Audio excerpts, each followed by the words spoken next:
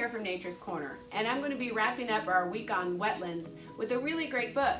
We're going to learn about some animals that rely on wetlands, and you're going to get to do some really good predicting to see what signs left by animals, what they actually mean. So I want to talk to you quickly about wetlands and how there's so many different types. There are marshes and bogs, fens and swamps, lakes and ponds, and many more, but today we're going to talk about ponds by reading this book called Around the Pond, Who Has Been Here? And it's about an adventure that Cammie and William have gone on looking for blueberries and the many signs of animals they find along the way. You ready? Okay, so.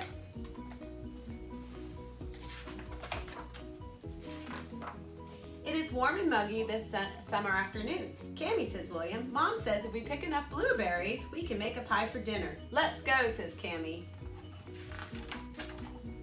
Cammie and her brother grab their berry containers and follow the old deer path that circles the pond. A dead sugar maple stands alone by the water's edge. White feathers are stuck to the bark around a hole. Who has been here? So who do you think would be living in a hole stuck with white feathers? In fact, the feathers look an awful lot like this. Can you predict what animal uses this hole?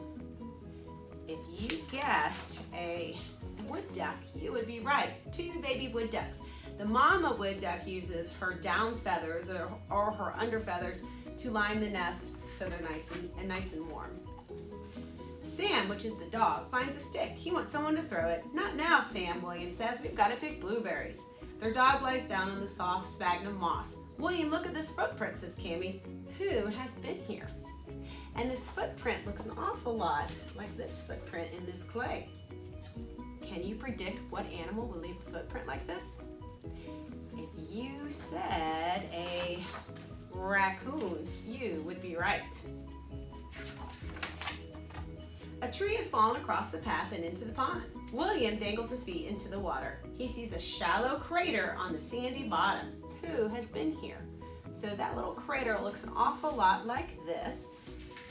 The bottom of a pond, oops, maybe some of it, with gravel or rocks or sand, and it's got a little crater there in the center. So what animal would leave that in the pond? If you thought, a fish, you were right. In fact, a sunfish. They use their bodies to beat the bottom to carve out a little crater to lay their eggs. Cammie and William reach a patch of swamp azalea. They see a pile of branches and mud. Who has been here? Now those branches look something like this. A lot of the bark has been removed and there's lots of teeth marks all over. I bet you can guess what animal made that. If you said a beaver, you would be right. Bits of broken shell lie on the sunny bank. The children stop to take a closer look. William picks up a piece of shell. It is soft. Who has been here? So it has a soft shell. It looks kind of like this. The shell has gotten a little harder because it's dried, but it's squishy. Very different from a chicken egg. What do you predict made that egg?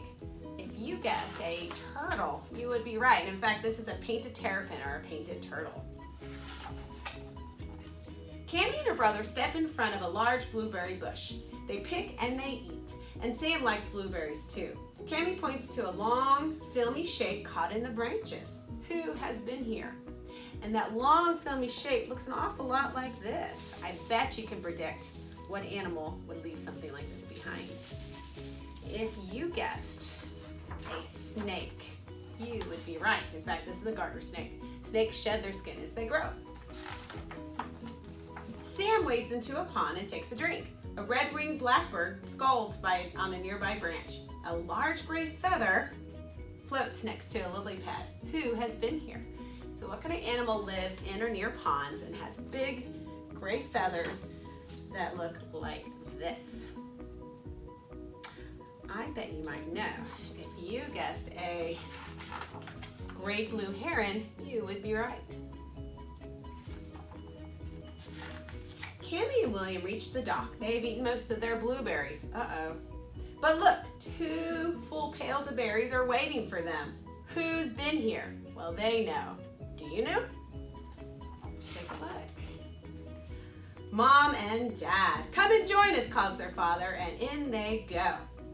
So you can see in this book that wetlands such as ponds are really important to animals and also to people. And that's why it is important to protect them. Thanks for coming. I'll see you next time.